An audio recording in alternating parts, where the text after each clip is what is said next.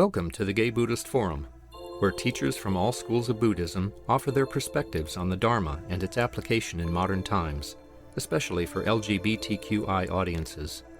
These talks are offered freely to the world and made possible by appreciative listeners. If you would like to support our efforts to share the Dharma with underserved audiences, please visit gaybuddhist.org. There you can donate, find a list of upcoming speakers, or enjoy many hundreds of these recorded talks dating back to 1996.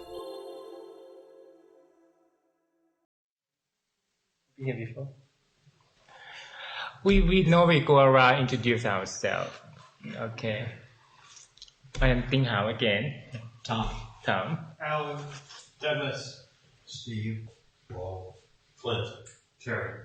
Marty. Jim. Steve. Robin. Dexter.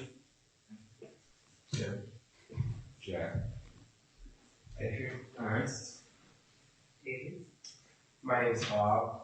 Ben. Peter. Bill. Harv. John.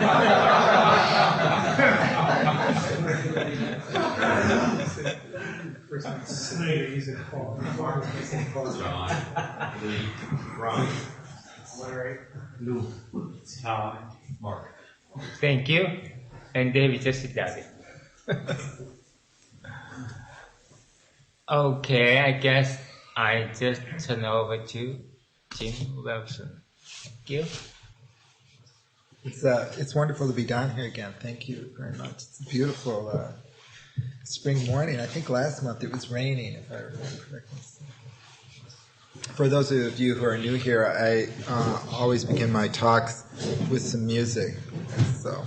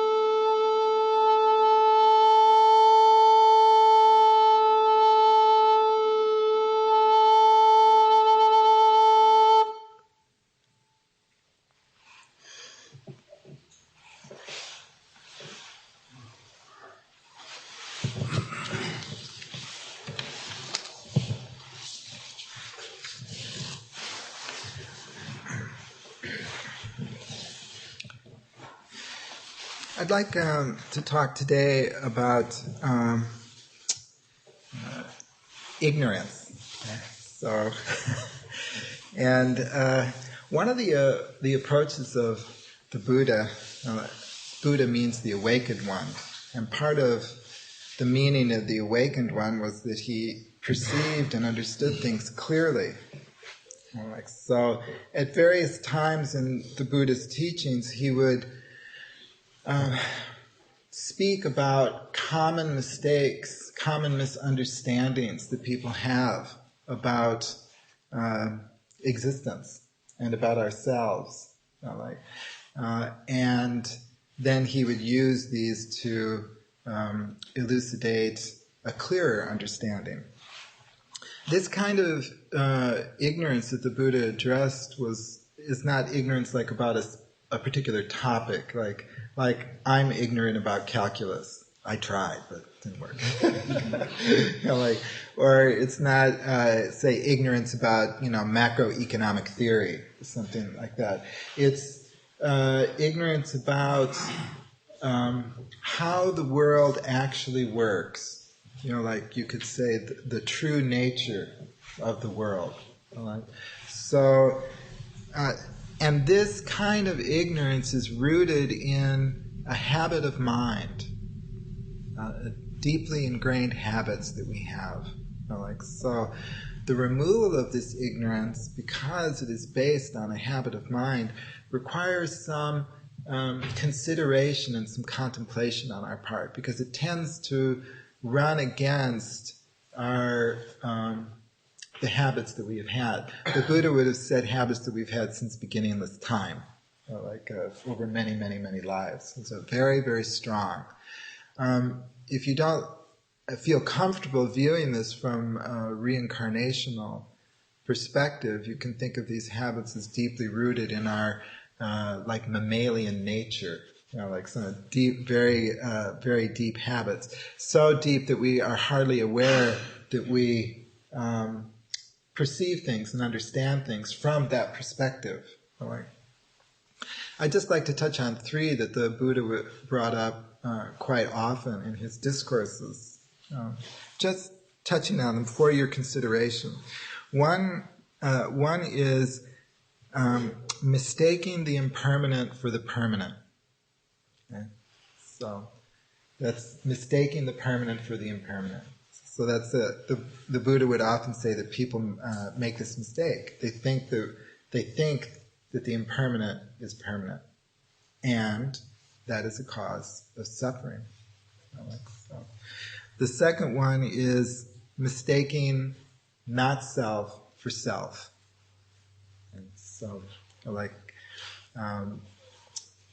and I'll go into each one of these in a little bit more detail. And the third one that I'd like to discuss is mistaking the dependent for the independent. Okay? So that's a big one for our culture. Because American culture is very strongly rooted in the idea of independence. It's very, very, very strong. And I think that when Americans encounter Buddhism, this is a subtext for a lot of conflict, or a lot of difficulty in approaching the Dharma. So, the first one is mistaking the impermanent for the permanent. So, everything changes. Everything is in process. I refer to existence as a riverine world. Yeah, we've heard me say this before. It's a riverine world. So, given that is true, why is it so difficult for us to understand that everything is constantly changing and impermanent? It's because the manifestation of things doesn't clearly exhibit change. That, it's not obvious. This room appears to me to be the same room as the room I was in last month. Right? So, that is its appearance. That appearance is deceptive. And this is where the Buddha would often talk about the illusory nature of existence, or the deceptive nature of existence. This is what he's referring to. That things appear to be solid and unchanging, or they often have that appearance. Because they have that appearance, we build up an expectation that they will maintain, that they have that nature, that they will endure. But that is not the case. This room did not used to be here. Now it is here. Someday this room will not be here. But because our experience does not constantly reinforce that understanding, it takes some consideration. I call it unpacking the meaning of impermanence. Some consideration on our part to really contemplate the impermanent nature of things. So that would be the impermanent nature of sensory objects. Sensory objects are impermanent. So visual objects are impermanent. Auditory objects are impermanent. We don't have much difficulty with auditory objects. That's okay. Auditory objects are impermanent. Visual objects, objects of smell, objects we touch, objects we taste. All sensory objects are impermanent. Yeah? It's very interesting about the human mind when it gets hold of an idea and then it refers it to an experience. The reason I use the term unpacking the meaning is what I've observed is that people tend to sort of, it's okay that sonic objects are impermanent and it's okay that taste objects are impermanent, but at a certain point, they stop. They won't carry out the meaning of impermanence, or follow through on it.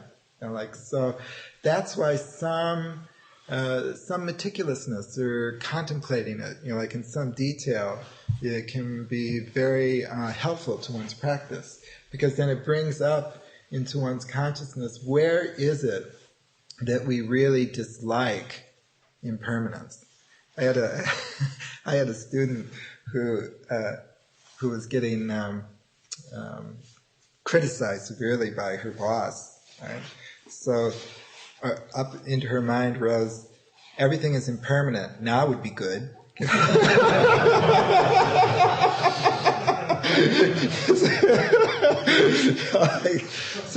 certain times impermanence is okay. We might even encourage.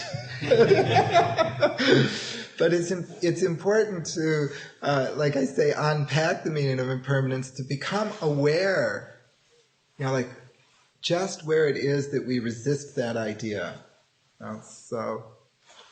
And ideas are impermanent as well. And this is where human beings get, my observation is that this is where human beings get really sticky. It's ideas where people really, really resist the idea of impermanence. So sometimes I have a psychological model of this spiritual quest. It probably doesn't apply to everybody, but it's like at a certain age, a person becomes aware that what they could rely on is shifting.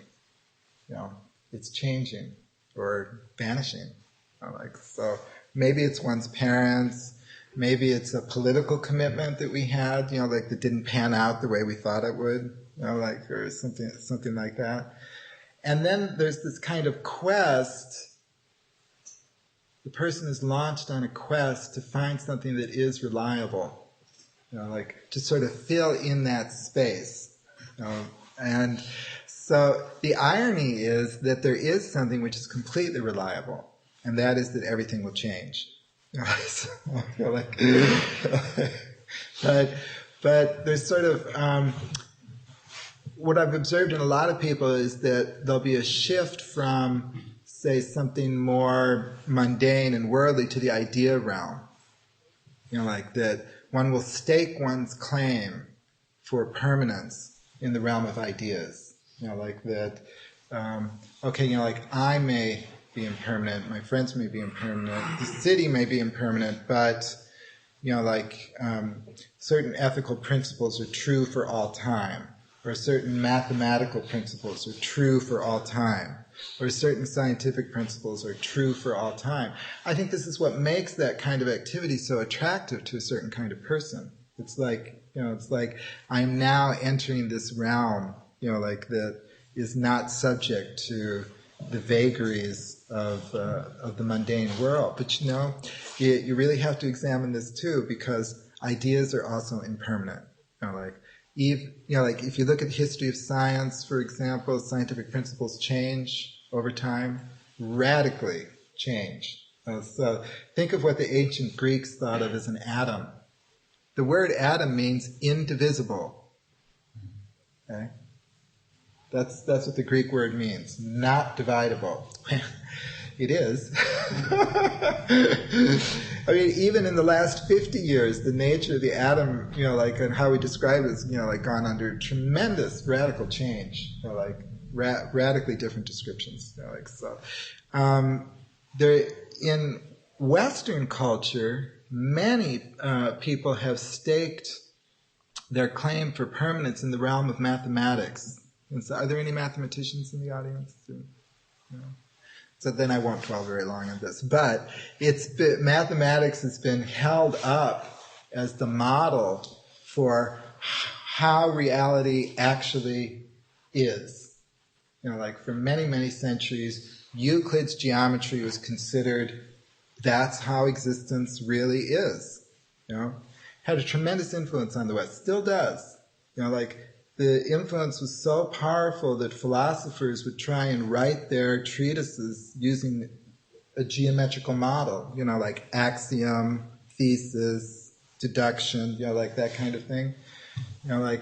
That's why it was so shocking late in the last century when mathematical models were produced that did not have a Euclidean basis. Am I losing people here? Or a little bit?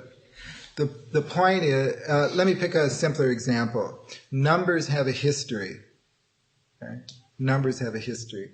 Mathematical statements have a history. We even know the history of many numbers, and who invented them and who created them. So my point is that even in the realm of numbers and mathematics, you're dealing with change and impermanence. Where in your own consciousness does the idea of impermanence bother you?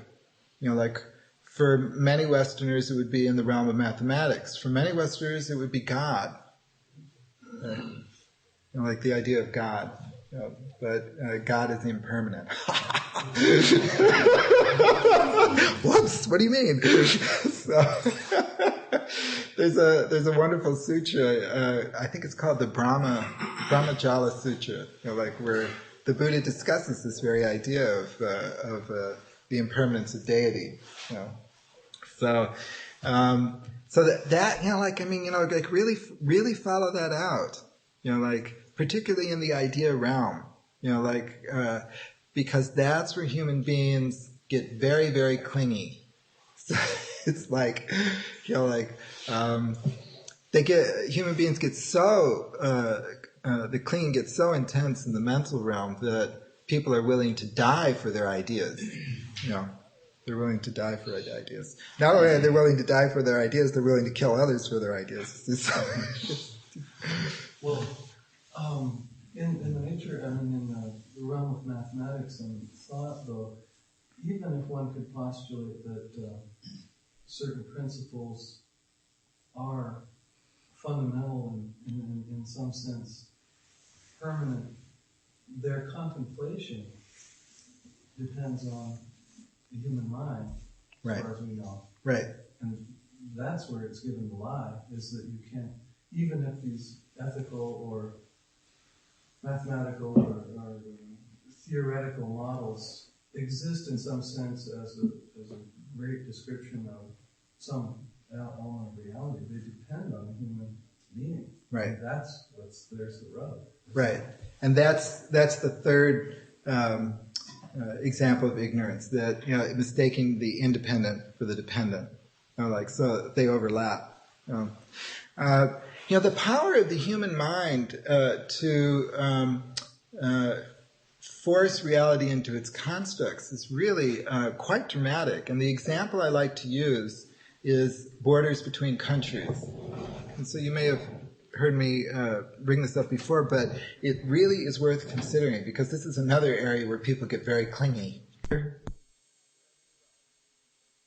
The time that I grew up, there was this border between East and West Germany, right? And great nations were poised to destroy each other to maintain that division. It was very, very intense, remember? So I was a little kid.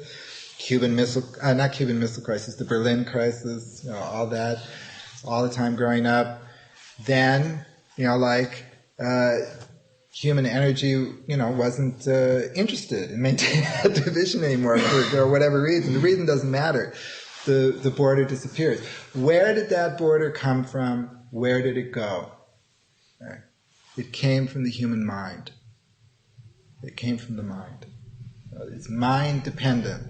So when you read in Buddhist texts that the whole world is mind dependent, think of an example like that. Think of a very ordinary example like that.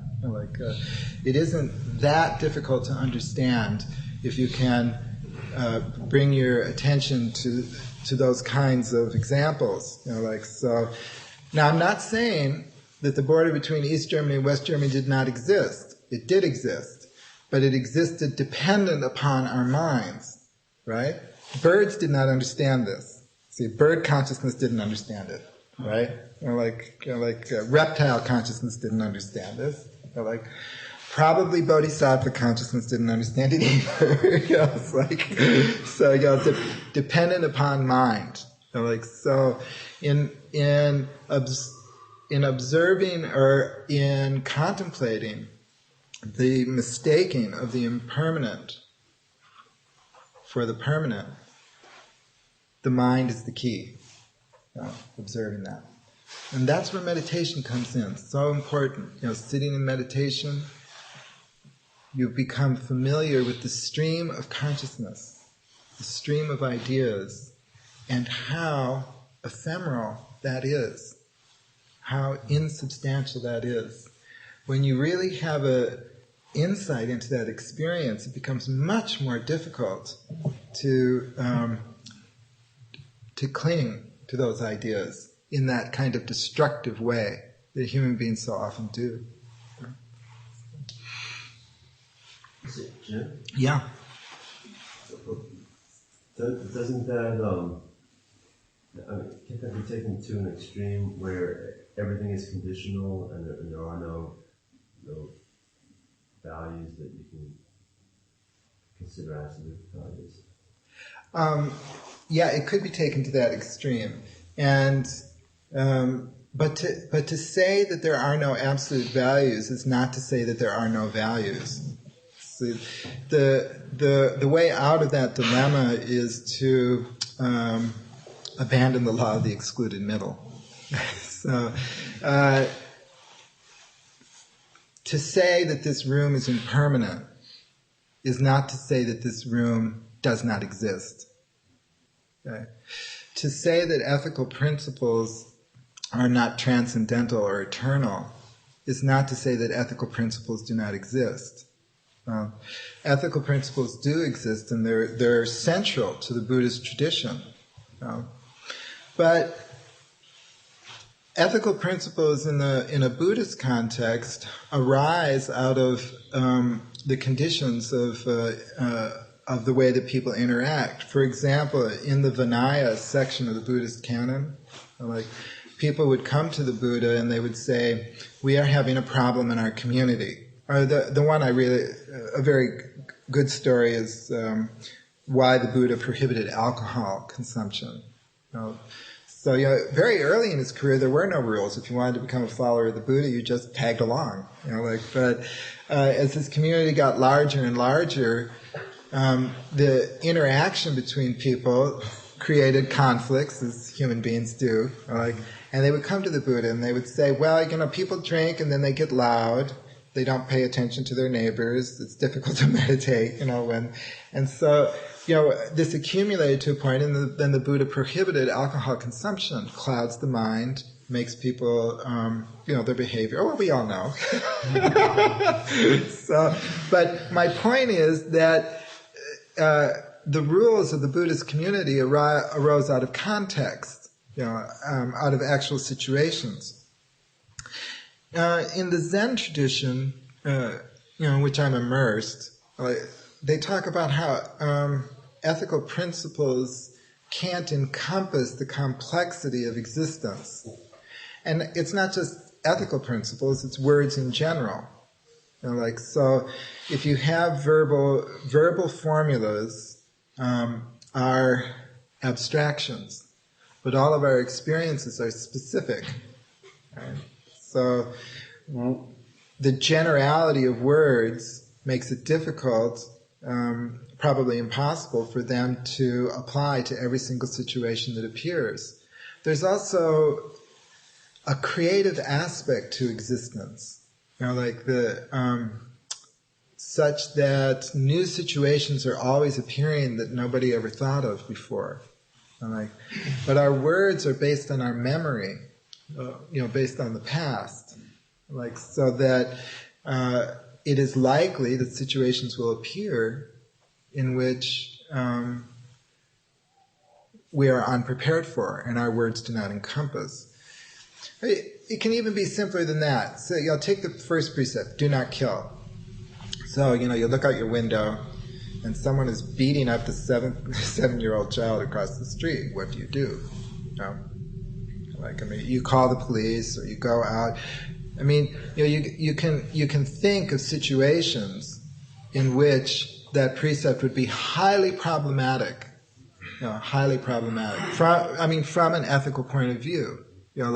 For example, if someone is beating up a 7-year-old child across the street and you refrain from interfering, then you, in an indirect way, may be causing harm to that 7-year-old child, even possibly the death of that 7-year-old child. So, how does that fit into the precept? But the precept points to a attitude of mind that it is not necessary to go through the world with destructive intent. Many people do. Many people do. I will get rid of my enemies. That is my project for my life. So that attitude of mind is not necessary. That can be transcended. It's just that. Am I addressing your question? Am I going on too long here? Yeah, no. I think so. That it is a kind of a contextual thing. Sometimes the context can be very sweeping. But to say that the act of compassion, acting compassionately, is an ethical principle,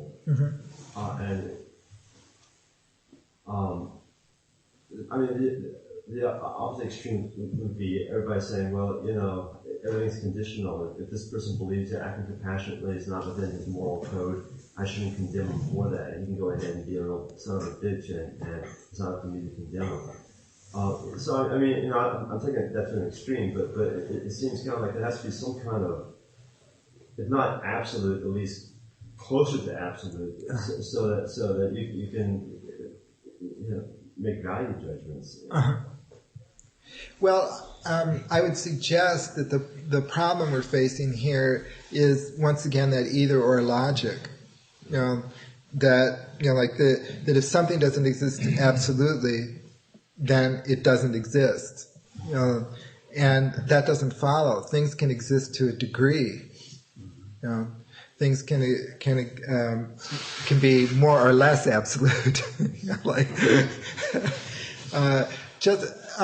It's an take a more mundane example. So if I say we're going to meet at the greenhouse, I'm giving you directions, right? Okay. So and then you drive up, and you find the greenhouse, and then I arrive, and you say, well, the house isn't green. I say, well, what do you mean? It says, well, it has white shutters.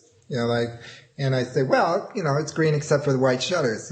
It's mostly green. And so, see, our words are generalities. And if people insist on using them as if they were absolutes, then you create these conflicts. There's no reason to have a conflict over the green house. Because in ordinary speech, in the ordinary way we use them, is to encompass a great many phenomena.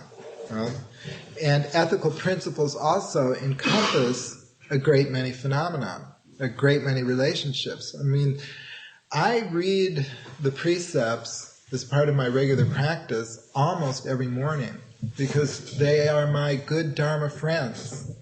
The way they're my friends is that, let's say I feel anger rising, then a little bell goes off in my mind here, about the precept, let go of anger, let go of hate, and it reminds me of my direction, the direction I want to go, and there's just that pause, which gives me a certain spaciousness, so that it's possible for me to redirect, my course of action or something like that. So,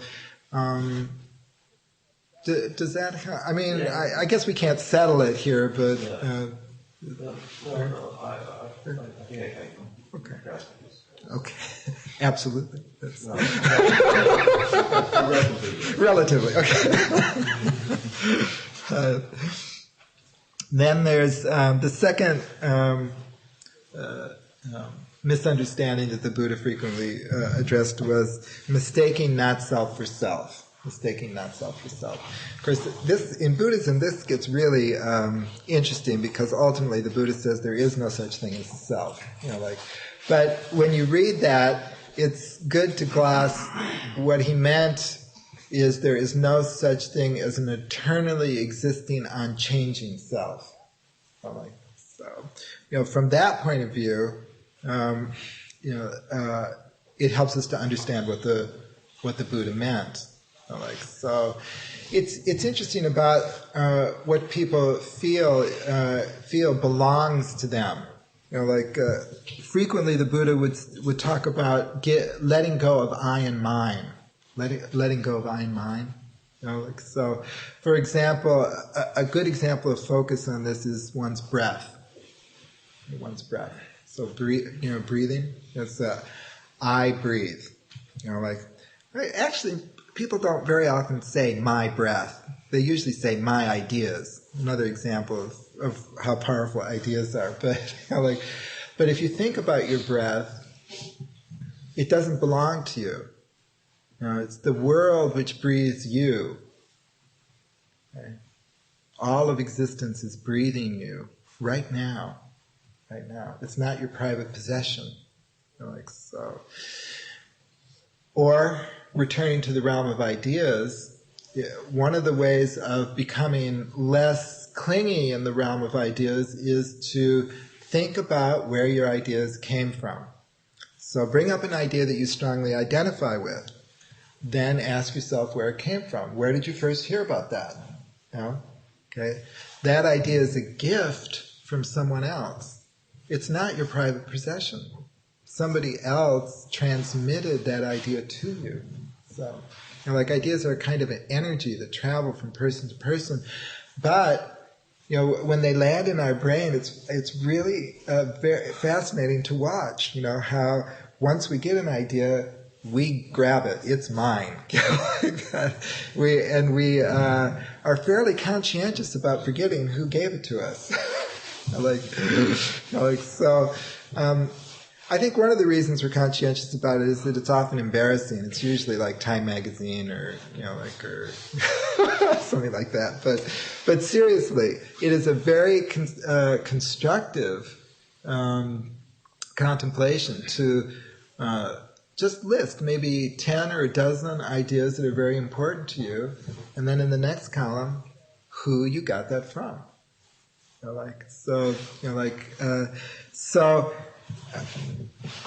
Some people have a very extended sense of self. It it might be their whole family, their nation, their race, something like that, their religion, and they feel like personally infringed upon if they perceive any threat, to those kinds of borders. So, and other people, it's very, very, just a few things before the bristles go up. So, if a separately existing self exists, and this is what we're talking about in a Buddhist context, that's what the word self means, separately existing self. Where does it reside? Can you find it? No. It does not exist in the body. The body does not exist as a separately existing self. It does not exist as a separately existing self because it is dependent upon breath, food, our parents, endless help from countless people. And so that doesn't exist as a separately existing self. Does it exist as our ideas? No. Do we have a separately existing self in the realm of ideas? All of our ideas came from someone else. They're gifted to us.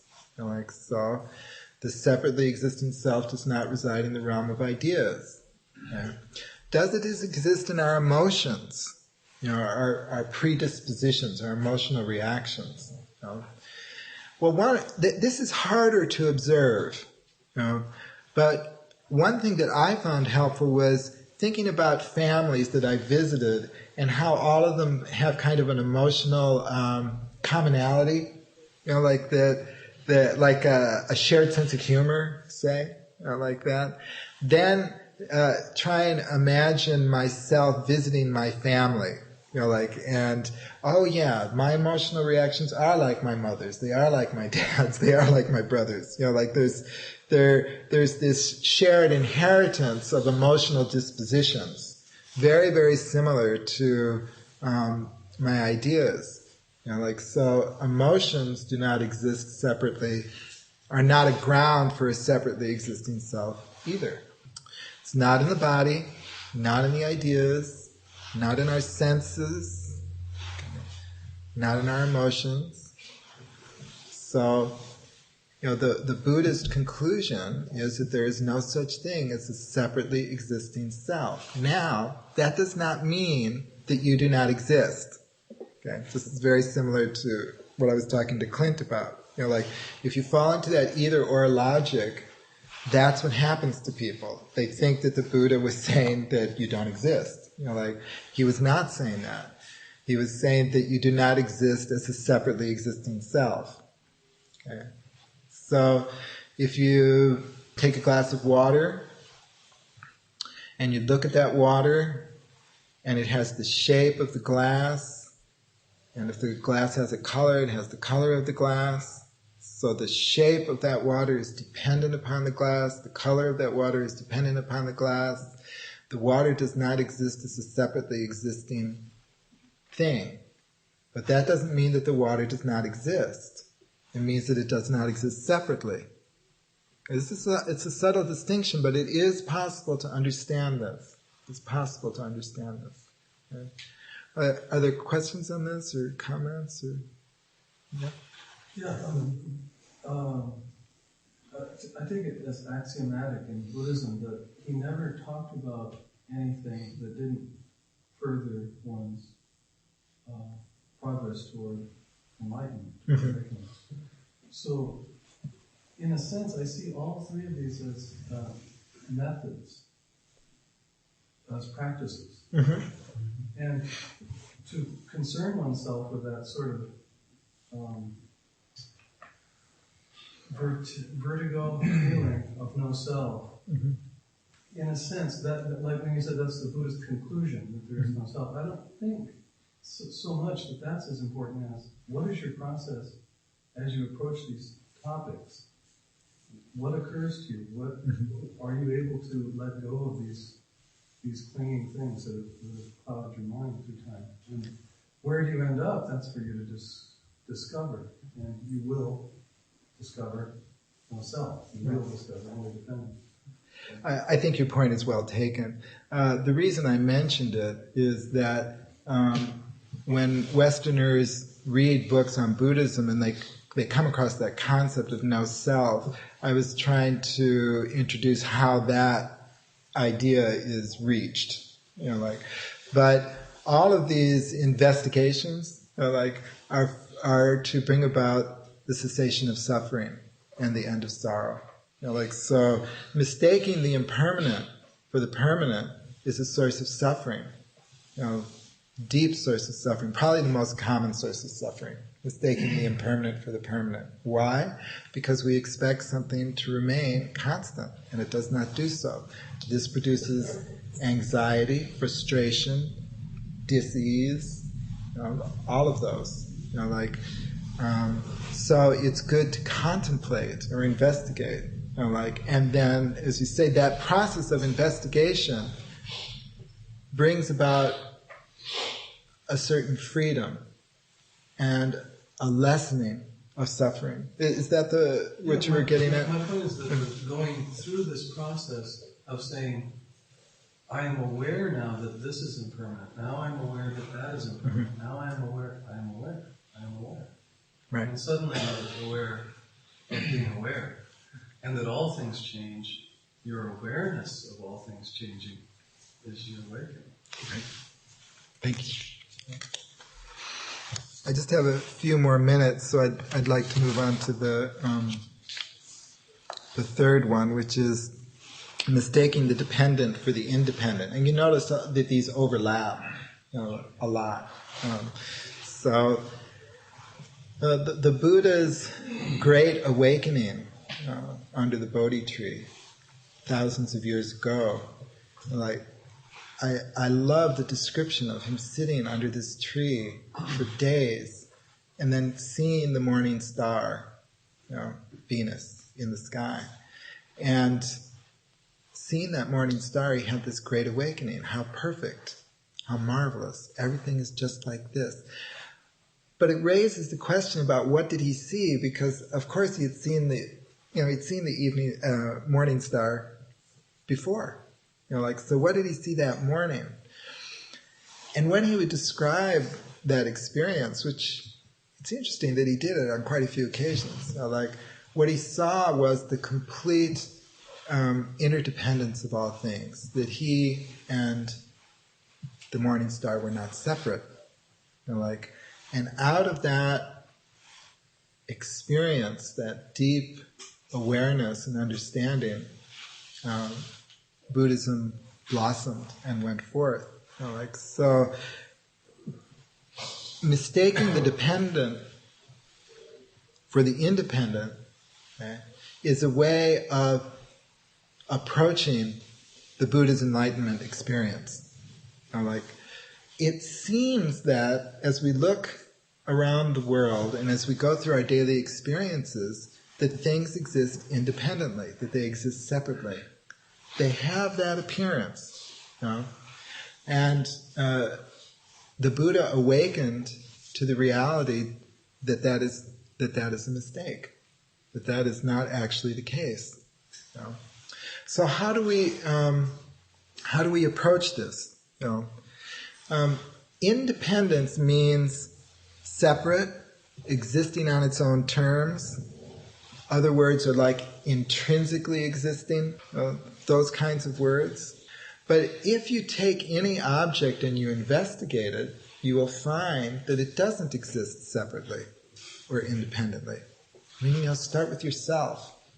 I already talked about breath and food. Those are two very good ways of approaching one's dependent nature, the interrelationship that we have with all the rest of existence. One very good contemplation that people can do in a lay life is every time you eat, it's just say a little grace or gatha, like that. Endless labors have brought this gift of food to me. Without this food, I could not continue to exist. So I give endless thanks for this gift of food. Something like that. Over time, over time, that kind of practice will have an impact on you.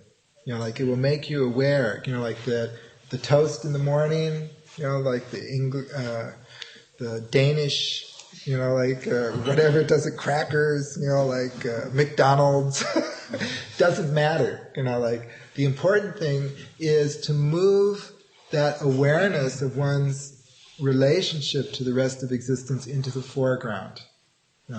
So, there's several Buddhist suttas on observation of breath. There's an entire sutta devoted to I think it's called the Anapanasati Sutta, but where the Buddha describes meditating on one's breath. And I think that one of the reasons that he spent a great deal of time describing that meditation is the breath is such a skillful means of understanding one's connectedness to the rest of existence. It's like I breathe in, the whole world sustains me. I breathe out, the whole world sustains me. I breathe in, the whole world sustains me. So without the rest of existence, my existence would not be possible. Yeah? So... you just open up a lot of cans of worms again here, We've been talking about this here before. We talk about the enlightenment, the impermanence of being enlightened or not. I asked you one time that question, and you said, wow, that's a very Zen question, And but I never really got an answer. Is enlightenment impermanent? It means the Buddha had to go back and be enlightened again and again and again to keep this here going, or was it once, bingo, here I am and I got it, and now I'm impermanent. Or I'm permanent. The teaching of Buddha is obviously impermanent because it would disappear one day, but the truth of the teaching of Buddha is that impermanent. And that's why because I can easily deal with things and ideas that are things that are permanent. To me, I am permanent. Not my body, not my existence in this world, but there is an essence of me and everybody else in this room who are permanent. True nature, your true nature. Whatever that is, yes. And I don't know what that is, and that's my search and in this lifetime, and I use different tools to get to terms with that. I believe that the essence of love between two individuals are permanent. Mm-hmm. So there are certain things, but they don't cause me any suffering. Mm-hmm. You understand what I'm saying? Yes, I do. Yeah. So I still is in a conflict with what you're saying, and at the same time I understand what you're saying, but it's like it stays on a physical level, because when I die, then everything is gone, and I'm not interrelated to anything anymore, because I'm somewhere else, where that somewhere else is. So I just threw a lot of things up in the air, and I don't really know what I'm talking about. Well, that's okay. I am not a fully realized Buddha. So I will. So I'm not going to tell you what the Buddha's state of mind was, but I believe that the Buddha was fully enlightened. So that was once and for all, that he transcended all clinging and all suffering. I believe him when he says in the suttas that I have observed suffering as suffering. I have observed the cessation of suffering, and I have brought about the cessation of sorrow. And you see, to me, the fountainhead of that experience is what made possible the spread of Buddhism, the attraction of Buddhism down through the centuries. That without that experience of vast awakening, it makes no sense to me. But on your question about ultimacy, about whether there's something permanent or impermanent, in the Rice Seedling Sutra, the Buddha says, and I love this sutra, it's one of my favorites. In Pali, it's called Shalistamba, the Rice Seedling Sutra. He says, those who see dependent origination see the Buddha. Say that again. Those who see dependent origination see the Buddha. So the central experience, the core experience of the Buddha was the interconnectedness of all things, which he called dependent origination. That everything exists dependently, or you could call it interdependent origination. That transcends, like you said, the teachings of the Buddha are impermanent, but the truth of the Buddha is not, right? That's what he was getting at in that sutra. Anyone who sees dependent origination, truly sees it, perceives it, with their full heart and their full mind, they see the Buddha. Whether or not they are Buddhists. Are you following me? Yes. Yeah, okay. And, on the question of whether or not there is something existing that is unchanging, or whether change itself is the transcendentally real, I offer the following observation, that all of our explanations of ultimacy are not ultimacy itself. They are next to ultimacy. This doesn't mean that I consider them, pointless. In fact, I consider them very valuable. It's like this. Some musicians play in a minor key. Some musicians play in a major key. Sonic space allows for major and minor keys. Some mathematicians use Euclidean geometry. Some mathematicians use a different form of geometry. Space itself allows for those descriptions. The ultimately real, the transcendental, can be described as permanent, or it can be described as process. The ultimately real allows for both those descriptions, and both those descriptions have value. And interestingly enough, in the history of Buddhism, you'll find both, existing side by side. So that from which all concepts come is not itself a concept. That's why I say all our explanations are next to that ultimately real. And yet, words themselves are luminously clear. So they're also valuable. Is that helpful or okay? Yeah, it's time. I know. Can I say something Please. about this? What you just said. Personally, I don't think it's necessary for me to question what is really impermanent, wherever it is.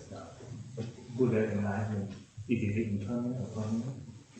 Or how they related? Is it inseparable? Right? Is everything related to each other? Like you just said, mathematically, we have to thread into the what caused this, what caused it. I'm not going to reach, I'm not searching to the end and to stop my life. But I'm using this philosophy to help me to dealing with the situation that begin to bother me, begin to make me suffering.